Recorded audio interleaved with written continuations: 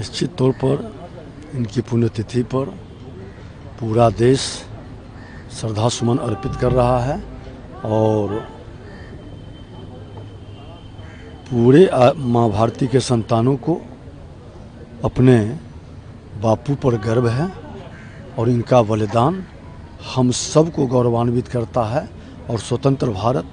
विकसित भारत में इनकी द्वारा जो मजबूत नींव रखी गई है, हर भारतीय को कहीं न कहीं एक सुकून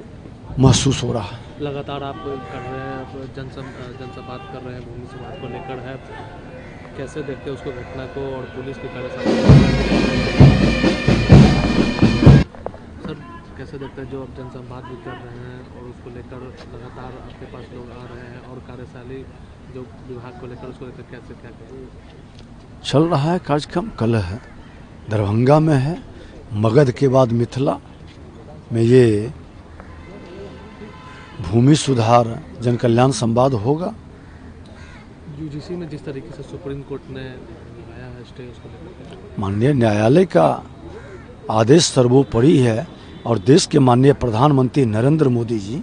सबका साथ सबका विकास के भाव को लेकर चलते हैं और माँ भारती के संतानों को अब बांटने की ज़रूरत नहीं है, उसको जोड़ने की ज़रूरत है, उसको आगे विकसित बनाने की ज़रूरत है। आपने नीट पीड़िता के परिवारों से भी मुलाकात की थी परसों, आपने जाकर उनको आश्वासन भी दिया था, जो भी क्या पटना पुलिस की कार्यशाला पर किस तरीके से? निश्चित तौर पर हमने डीजीपी साहब से बात भी किए हैं और आज उनसे पुनः हमारी बात होगी और उसको न्याय मिलना चाहिए, सत्य उजागर होना चाहिए। जो भी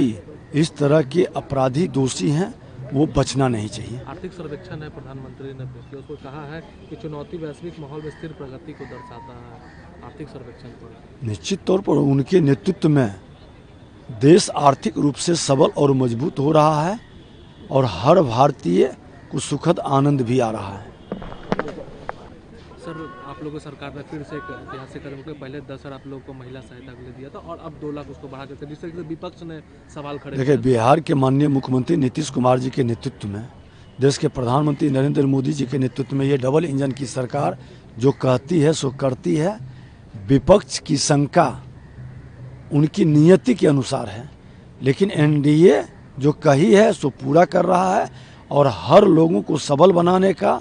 जो 94 लाख परिवार कमज़ोर हैं उसको मजबूती प्रदान करने का,